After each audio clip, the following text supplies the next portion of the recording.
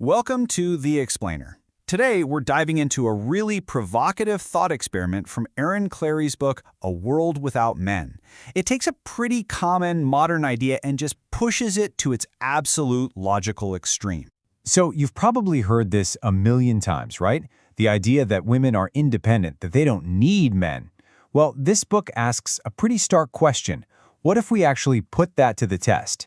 What would a world based on that idea actually look like? And this quote from the book really sets the tone. The author's whole point is that we're in completely uncharted territory here, and he's trying to map out what he sees as the consequences of this massive social shift. All right, so let's get into the author's premise. Where does he even start? Well, it all begins with his observation that the basic relationship between men and women is drifting apart, and he actually tries to put some numbers on it. Okay, so to back this up, he presents this breakdown of what he claims is the general female sentiment. Now, based on his reading of things like online dating data and other cultural trends, he concludes that this idea of not needing men has, for a lot of people, morphed into disinterest, annoyance, or even what he calls active hostility. And all of this leads to what the author calls a great mystery of our time.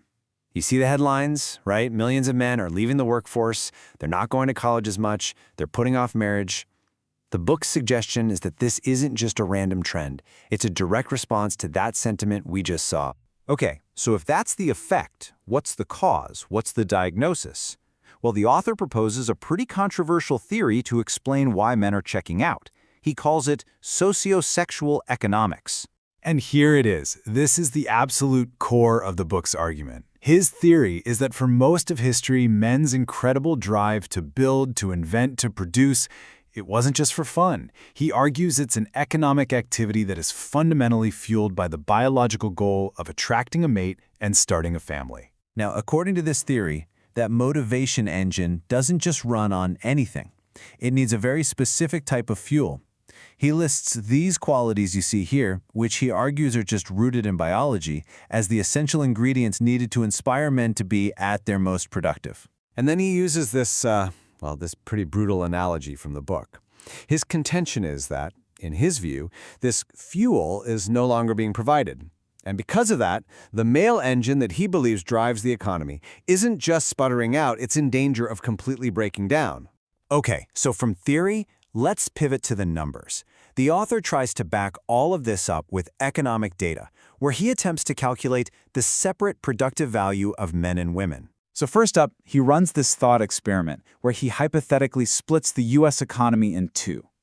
His analysis concludes that an economy run only by men would have a standard of living like Singapore, which is a whopping 56% higher than a hypothetical female-only economy, which he says would be about the level of Canada. So you might ask, how does he explain that huge gap?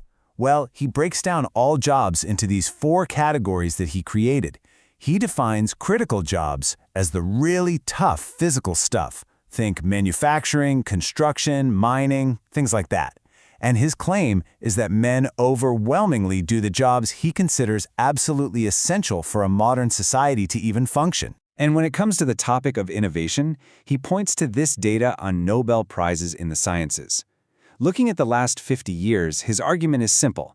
Since the truly groundbreaking work is almost exclusively done by men, he claims technological progress itself would basically grind to a halt without them. All right, so all of this analysis, all these numbers, they all lead up to the book's main event, the central thought experiment.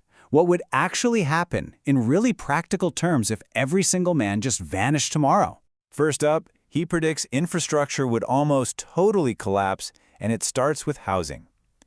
His calculation is that without man, the capacity to build new homes would plummet by 97%. That would shrink the average personal living space down to the size of a walk-in closet. Next on the list, the power grid. The author basically says the lights would go out. He forecasts a 93% drop in our ability to generate electricity, leaving just enough power for, say, a mini fridge, and not much else. And finally, he gets to food. The prediction here is pretty grim, an 87% crash in farming and food production. According to his math, that would leave the average person with less than 900 calories a day, which is well below what you need to survive.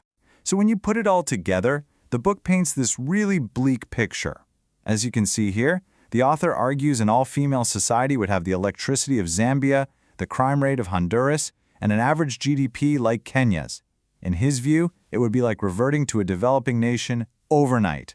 So faced with this, let's just say, dire prediction of collapse, the author concludes that society, and women in particular, are left with only 3 possible ways forward.